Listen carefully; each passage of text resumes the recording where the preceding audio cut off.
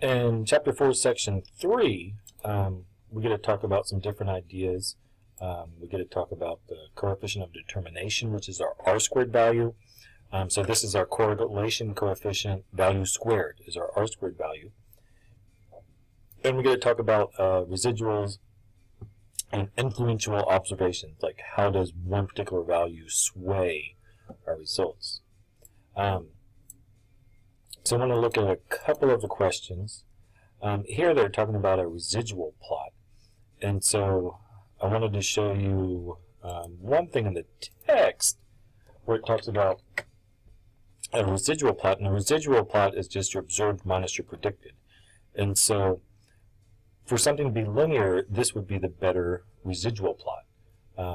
If it had some shape to it or a pattern, that's when I'd say it's probably not a linear model. So these residual plots are a good determination on whether there's a linear relationship or not between the values. So with the homework, if this is a residual plot, maybe we'd say, yeah, this possibly isn't the best, represent the best linear relationship. Looking a little bit more in-depth problem on number 6, we get some data and they gives us graphs of things, of scatter plots and residual plots. I wanted to show you how we can do a residual plot on StatCrunch, but here they give us those things. So if we have our data,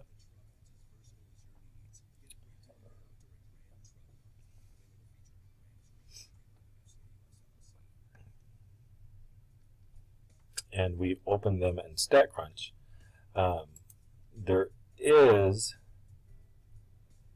let's find it,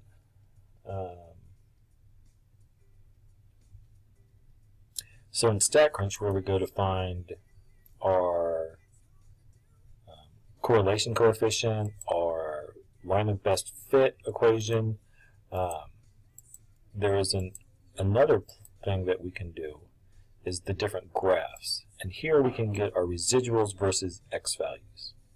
And so if we click on this, we'll find our correlation coefficient. We'll find our r-squared, which is just, again, our correlation coefficient squared. We find our slope and our y-intercept. It'll give us our scatter plot, and this is the line of best fit. And since we added that residuals versus time, we also see this graph that has our time and residuals. So this is something that looks similar, if not the same, to the graph that we have here. So here's how we can calculate these residual plots to help us determine if there is a good linear relationship. Defining that r-squared, that coefficient of determination, they talk about it on page 211 of our text.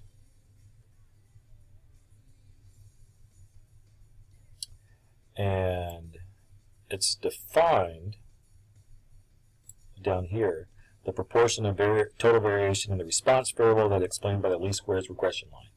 And they kind of have a nice picture over here when we're looking at a proportion. So this talks about the deviation by a club head, speed, and this is unexplained by club head speed. So a couple different ways we get to talk about how much error we have in our model and where the error is coming from, or what explains the relationship and how it explains it.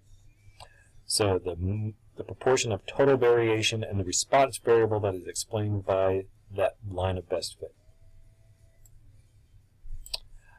And so that should be a good guide for this section 3.